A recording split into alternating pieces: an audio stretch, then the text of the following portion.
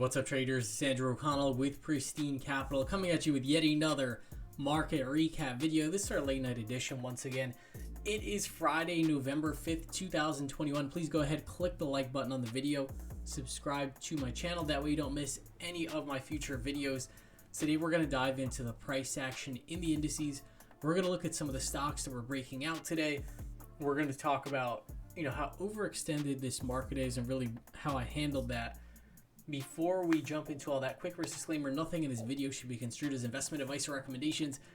Please follow your own trading plan and your own risk parameters. Last but certainly not least, do not YOLO your entire account to any one of my trades or anyone's trades for that matter. Let's dive in here. All right, so we had box scores for today. S&P 500 finished up 0.35%. We had the Nasdaq QQQ finishing up 0.1%. IWM small caps were our biggest winner once again today. And then we had the Dow Jones up 0.54%. IWM small caps, another really nice move up 1.37%. Breadth was nice and positive for all of these indices. We did close off the highs in breadth. But what's most noteworthy is take a look at the volatility for all these indices. Volatility really spiked in the S&P 500 as well as the Nasdaq. That is always a yellow flag for me whenever I see this dynamic start to occur. Usually that tells me, hey, things are starting to get a little hot and heavy in the market. Maybe this continues for a couple more days, but it is prudent to kind of rein it in a little bit in terms of risk taking. By the end of the day, my trend model flipped from a +3 to a +1. So whenever that happens, I always just make sure, hey, let me rein it in a little bit. I'm not going to go too crazy with the risk. And a lot of times, that's very difficult, especially when the market is really just, racing off to new highs and blasting off. So S&P 500, let's talk about this. Oh my gosh, we've been in a beautiful trend for the last couple of weeks. Of course, we're a bit extended, but we've been extended for quite a while, and the market just keeps going. We hit a high of 4711.75 in the S&P 500 before some sellers came in and auctioned us a bit lower. This is our prior high for the S&P 500. Keep in mind, we're extended from the monthly value where could we get a pullback to the 20-day moving average? Absolutely. That's something, for me personally, I want to be prepared for that. I want to make sure that my portfolio can handle that. But overall, market's just looking fantastic. It's super strong. And you can see we closed out the week above the weekly R2 pivot level. So that just goes to show, how strong the market was this week. All right, let's check out our Nasdaq. Nasdaq has been super strong. Some blasted off to the highs. And I actually got a short position on in the Nasdaq towards the high of the day. So I'm just going to keep that short position on just in case we start to see some reversals in these Nasdaq stocks that have really just been blowing off. Small caps, I've been overweight these small caps for quite a while now. A really nice move. And this, you could say, small caps are extended too, but we look at the weekly chart. This is week one out of consolidation. So small caps looking great into year end.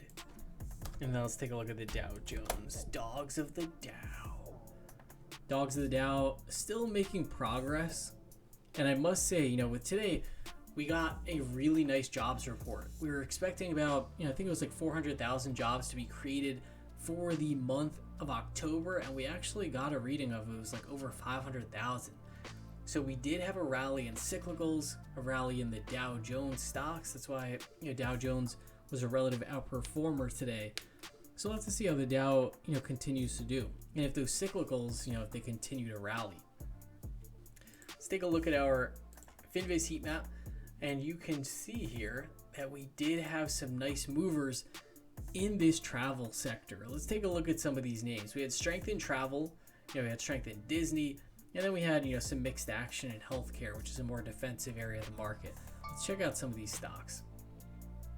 So we had Expedia, which reported strong earnings, and take a look, it was up 15.63%. Really nice move for Expedia. And if you are not invested in these travel names and you're like, man, I missed it, it's up so big, this could really be the beginning of a rally. We could still have peg setups into next week. I'm going to detail all of that in our weekend watch list for Pristine Capital members. Let's take a look. We have Airbnb also reported earnings, had a really strong day of price action. Now this one is a long in the Pristine Capital tactical portfolio. And then Booking as well. Booking had a huge fake out yesterday. Look at the huge red candle. And then today, just blasted off and actually, finally achieved this breakout. I see a really nice candle for Booking. So yeah, all these travel names, even like Carnival Cruise Lines, up 8.35%, Royal Caribbean, Norwegian. So really nice action in that group. And then these semis, just continue to blow off. Let's look at some of these names too. So Nvidia has just been a runaway freight train. Let's take a look at Nvidia. Yesterday just completely blasted off. And then today it looked like, hey, we're about to blast off again, but sellers came in and auctioned this lower. So this does get me a little bit hesitant, to trade these, semiconductor stocks, these Nasdaq stocks, because we've already had, blow off in one of the leaders. Let's take a look here. So we have those. Let's take a look at our sectors and style factors, see what else was really popping up today. So blockchain assets did take a break, although they're in our #1 momentum slot. Semiconductors, already talked with those. Retail up 1.03% in our third slot in terms of momentum. Really nice action. And you can see there were some areas, we had some profit taking in the market. So you can see healthcare and medical devices. These are the two noteworthy areas really, and biotech as well, all down over 1%. Let's take a look. Where's the MSOS ETF? That one is usually like literally right at the bottom of the list. Wait, what? The cannabis stocks were up 9.53%? That is insane. Wow. So I don't even know what's crazier, like the fact that this moved 9.53%, or the fact that after doing that, we still did not even close above the 20-day moving average. That's absolutely insane. These names have gotten so beaten up, but for whatever reason, someone came in today and really scooped up a lot of these names on the cheap end. So definitely very interesting heading into the weekend. I'll probably do some more research on those individual names. All right, let's take a look. So those are our sectors. Style factors, we had high beta and cyclicals really ruling the day, both up almost 2%. Really nice action for those groups. Seasonality, of course, we have for November, gets a little choppy. So we'll have to see. So far it's been up only, up every day. It would definitely be a change of pace if we started to get some chop or even some volatility in the market. Now let's take a look, because we can, and because it's later, this is our late night edition. Let's take a look at what the dark index. Ooh, whoa. The dark index took a dive today. Still not bad though, 44.4%. So that's really not, it's not like that's a sell signal or anything. It's just important to note, we don't have that feverish buying in the dark pools. And then let's check out, while we're here as well, let's check out our equity put to call ratio, because this is really going to set the table for next week. Let's take a look at this. So if we look at equity only, yeah, very, very complacent. Very complacent. Yeah, and then this is the total put to call ratio, also very complacent. So to me, is this a good time to add like a downside hedge? Yeah, there's really no better time to add a downside hedge. I mean, the market might just keep going up ad infinitum, but a lot of times it's good to add a hedge, when you don't really need to add one. All right, let's talk about some of my trades for the day real quick. This is my trader report card. I gave myself a 4 across the board for preparation, stock selection, and risk management. The only stock that I took long today was Penn Gaming. So we'll have to see, if that trade works out, then yeah, my stock selection was on point. But that is to be determined. We'll have to see. All right, so let's check these out. So only common stock trade that I did, I stopped out of my Roblox for a very small winner. This was like a 24-cent winner. I just put here, follow my risk management process. Roblox is selling off into the earnings print. I still own Roblox in our tactical portfolio, but yeah, selling off into the earnings print. Reports November 8th, which is Monday. And let's see, is it reporting before the open? This is a name that I really think can surprise to the upside.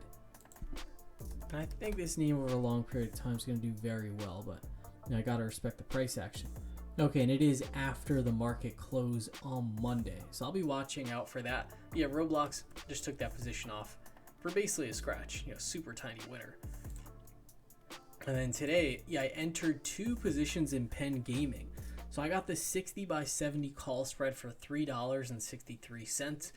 I also added just some naked December 17th 60 strike calls. Let's take a look at Penn Gaming. And this one, there's like a hit story out about Dave Portnoy, who's not even the CEO of Penn Gaming. He's the CEO of Barstool Sports, which is a piece of Penn Gaming's business. And yeah, Penn Gaming, I think it dropped like 30% yesterday. It was pretty insane. And to me, that was definitely an overreaction. We see some buyers, started to come back into the stock. So I feel super comfortable going out to December and thinking, hey, we likely retrace some of this move that we had on this, just super knee-jerk, huge red candle. So yeah, liking Penn Gaming at these levels. Now let's take a look. What else did we do today? So that was Penn Gaming. So I had some SPY puts from yesterday. I closed these out for $665. I had paid $875. Very small position. It was a 1-star trade. And this was just, hey, if the market wants to run, I don't even want to have any puts on the books. Let me hit out of it and I'll reassess.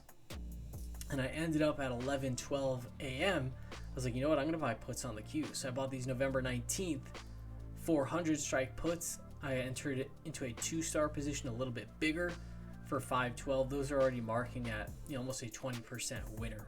So this is really just, hey, it's not like I'm loading the boat with shorts. It's just, I want to have some sort of hedge in case the market experiences some volatility into options expiration. Yeah, those are my trades for today. Let's go to our VigTech options order flow. Before we do that, I won. No, I'm just kidding. I didn't win. I came in 3rd place. So I just saw this winning thing. Yeah. This was our VigTech Fantasy Stock Kickoff Classic. I am affiliated with VigTech. I absolutely love this company. And it's pretty cool what they're doing here. Like, I entered this contest for free. It was like a 1-week stock picking contest. Take a look at the portfolio I rolled with. I just went straight up crypto. I went hut mining, Mara, MicroStrategy. Then I went with the triple leverage small caps. I went with Enphase, which is a clean energy stock, the blockchain ETF, and then a very small little position in BKKT. So it's basically just like crypto or bust. I came in 3rd place, so I won $300. But yeah, it's pretty cool. Let's jump into our options order flow though. That's more important. Let's take a look. And then yeah, if you're interested in signing up for VigTech, feel free to click the link in the description to this video. You can use my code and get $10 per month off. And the platform is already super cheap for all the value you get from it. It's insane. Let's take a look.